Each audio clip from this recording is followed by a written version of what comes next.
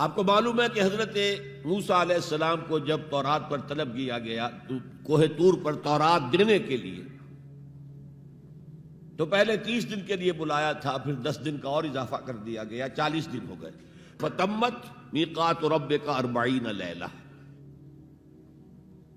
اس اثنا میں پیچھے فتنے میں مبتلا ہو گئے بنی اسرائیل۔ سامری اس نے ایک ڈھونگ رچایا اور ایک بچڑا جو ہے وہ سونے چاندی کا بنایا ہوا بچڑا ڈھال کر کھڑا کر دیا۔ اس میں سے کوئی تھوڑی سی آواز بھی نکلتی تھی، کوئی ایسی ہے کہ ہوا گزرتی تھی تو آواز سے آتی تھی۔ کہا یہ ہے تمہارا الہ۔ یہ تو موسیٰ تو بھول گیا کہاں گیا ہے، کوہ طور کے اوپر کس خدا سے ملنے گیا ہے، خدا تو یہ ہے۔ اور بنی اسرائیل کے بہت سے لوگ اس فریب میں آ گئے اور بچڑے کی پوجا کرنے لگے۔ اب جب حضرت موسیٰ آئے، اور آپ کو معلوم ہے حضرت موسیٰ کا مزاج جلالی تھا،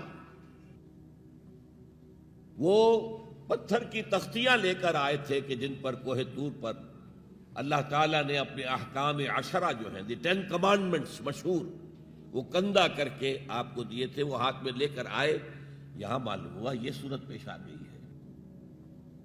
فَأَلْقَى الْأَلْوَاحَ، تو وہ تختیاں تو آپ نے زمین پہ ڈالی، اور پھر جو احتساب کیا ہے، پہلے تو اپنے بھائی حضرت ہارون کا، ان کی داڑھی کے بال پکڑے، ان کے سر کے بال پکڑے اور کھینچا اپنی طرف۔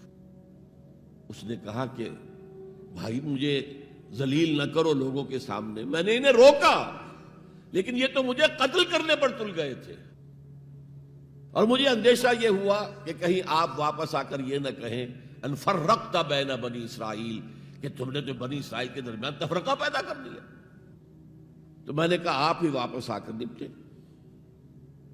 اب پہلی بات نوٹ کیجئے، تاریخ انسانی کا یہ عظیم واقعہ ہے، کئی ہزار یہودی اپنے اپنے قبیلے کے لوگوں کے ہاتھوں ذبح کیے گئے۔ اس پر اللہ تعالیٰ نے حکم دیا اور حضرت موسیٰ نے وہ حکم دیا، اللہ کا حکم موسیٰ نے پہنچایا کہ 12 قبیلے نا، ہر قبیلے کے جن لوگوں نے یہ حرکت کی ہے ان کو اسی قبیلے کے لوگ اپنے ہاتھ سے ذبح کریں۔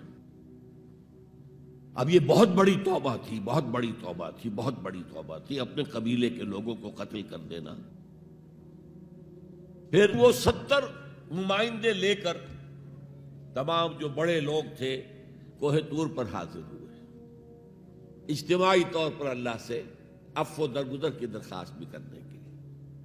وہاں اللہ نے زبردست زلزلہ بھیج دیا، محسوس ہوا اب سب ہلاک ہو جائیں گے۔ حضرت موسیٰ نے کہا پروردگار تو چاہتا تو مجھے اور اس قوم کو پہلے ہی ہلاک کر دیتا، تو ہمیں نکال کر لایا ہے آل فرعون کے پنجوں سے، تو نے ہمیں نجات دی ہے، تو پروردگار ہمارے لیے اپنی رحمت طے کر دے، لکھ دے، فاکتب لنا، ہمارے لیے طے کر دے، لکھ دے اپنی رحمت۔ اس پر فرمایا اللہ نے دیکھو موسیٰ، میری ایک رحمت تو عام ہے، وسعت کل شیء، رحمتی وسعت کل شیء، ہر شے کے ساتھ ہے،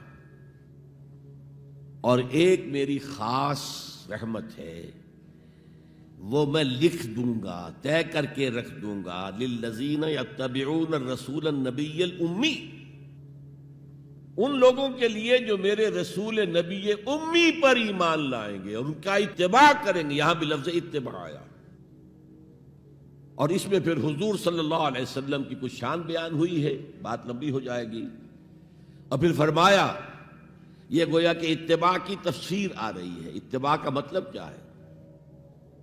فالذین آمنوا بہ وعزروہ ونصروہ واتبعوا النور الذی انزل معہ اولئک ھم المفلحون، تو جو لوگ ان پر ایمان لائیں گے اور جو ان کی تعظیم کریں گے اور جو ان کی نصرت کریں گے، مدد کریں گے، اور جو اس نور کی پیروی کریں گے جو ان کے ساتھ نازل کیا جائے گا، تو وہی ہوں گے مفلحون، وہ ہوں گے کامیاب ہونے والے، فلاح یافتہ لوگ وہ ہوں گے جو یہ 4 رشتے ہمارے اس رسول نبی امی کے ساتھ پختگی کے ساتھ قائم کر لیں۔